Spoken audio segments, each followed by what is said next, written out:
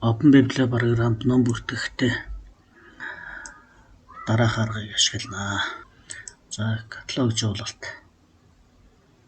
гэсэн энэ самбарыг сонголоо. Шинээр бүртгэх.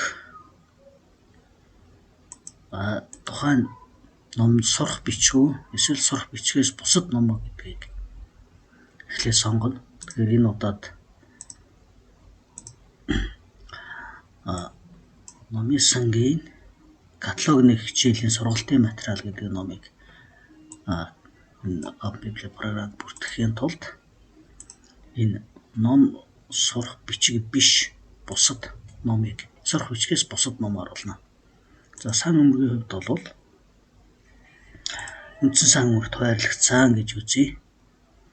За 50-ын заалтыг бүглэхийн тулд яах вэ гэхээр тухайн номынхоо 50-ын заалтыг сонгоно. 025 78 E63 163 50-ын заалт гэдэг дээр эхлээд ангиллын заалтыг тавьж өгнө. За хэрвээ номын сан номзын ангил ашигладаг номын сан бол 783 зохиогчийн тэмдэгт нь H163 каталогт харуулна гэдгээ сонголоо. За баримтын нэр маань каталогны хичээлийн сургалтын материал гэдэг нэртэй ийм ном байна.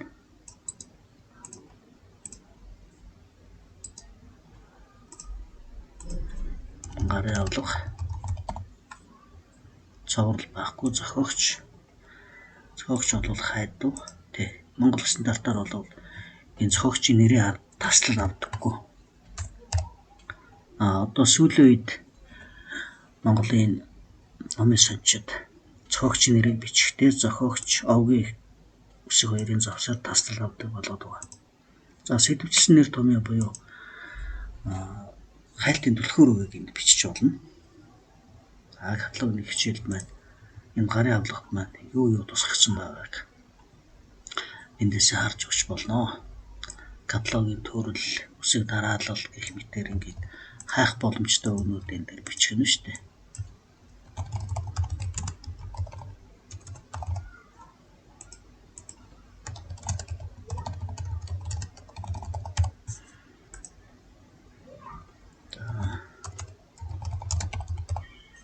Төрөл анги. За гэх мэтээр ингээд. За дахин хэвлэлт байхгүй. Хэрвээ энэ анхны хэвлэл ч юм уу ийм засварласан 2 дахь хэвлэл авах юм бол дахин хэвлэлтэд бичнэ. За ISBN-ийн дугаар асуусан байна. За энэ ном маань ISBN-ийн дугаарыг одоо санахгүй байна. За тэгэхээр ISBN-ийн дугаар байвал ISBN-ийн дугаарыг биччихнэ.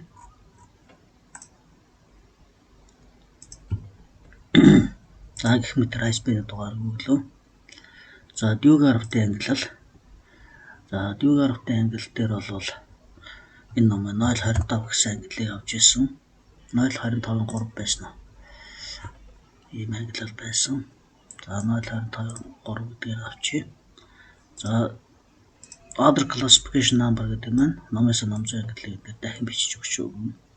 За хэвлэгдсэн газар нь Улаанбаатар, орчин хэвлэлийн газар. За энэ чинь хэвлэлийн газар нь үлээ.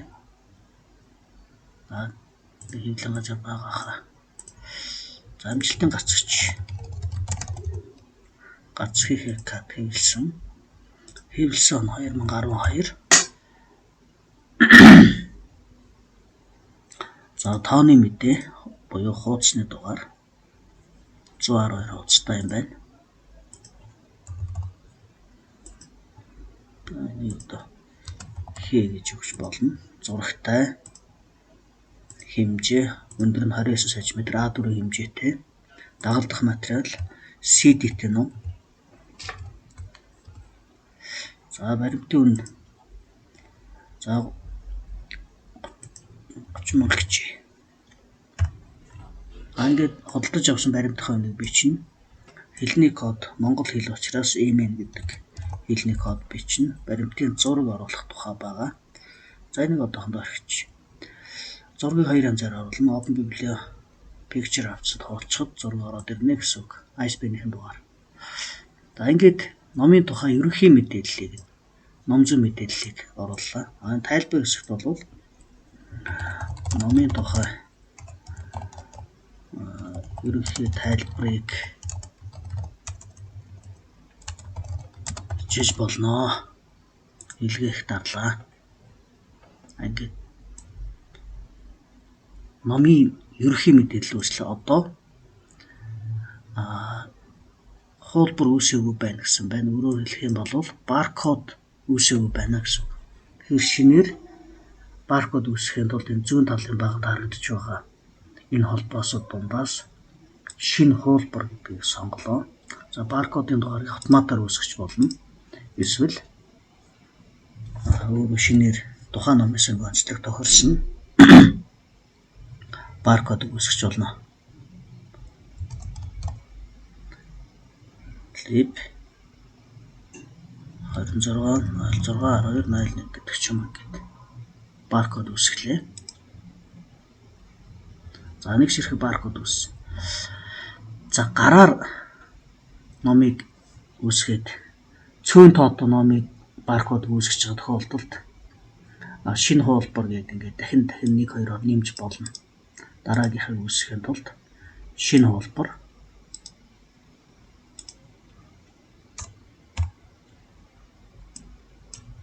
гэх мэтээр ингээд 2 дахь баркодыг үүсгэлээ. Цөөн хувьтай номыг бол ингээд үүсгэнэ. За олон хувьтай бол яах вэ гэхээр энэ шижилсэн хувилбар дээр тайлан хэсэгт орлоо. Бусад тайлан харах гэдэг рүү орно.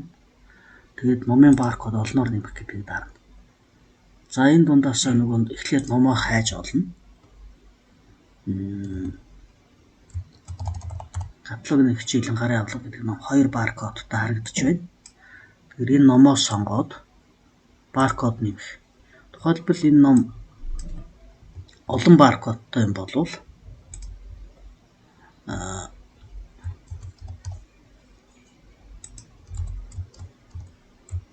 за энэ автоматар олноор нэмэхэд бол үсэг дэмждэг юм байна. За 2602 гэдэг дээр 10 баркод. За зарим номын сан дээр 20 баркод ч үжил тийм ээ. Энэ удаад 15-ыг нэмчихье. 15 баркод буюу өмнөх хоёр дээр 15-ыг нэмээр 17 баркодтой ном болох ёстой. 15-ыг шууд үүсгэнэ. Тэгэхээр эхлээд 026 02 гэдэг ингээд энэ баркодод үүсгэх юм. 02 гэдэг нь 16 хүртэлх. За баркод нэмэх. За ингээд амжилтаа нэмэгдлээ гэдэг 15 шинэ баркод амжилтаа нэмэгдлээ. Шалгая. Нөгөө каталог гэдэг үгээр хайгаад үзэхээр нөгөө ном маань гараад ирнэ. За эхний гараар үүсгэсэн 2 баркод энд байна. За юуны баркод бол автоматар үүсгэсэн, олноор үүсгэсэн баркод маань энэ дээр бэлэн байж байна. За каталогоос очоод номоо хайгаад үзье. Оруулсан номоо хайж байгаа юм шүү дээ. За каталогны хичээлийн сургалтын материал.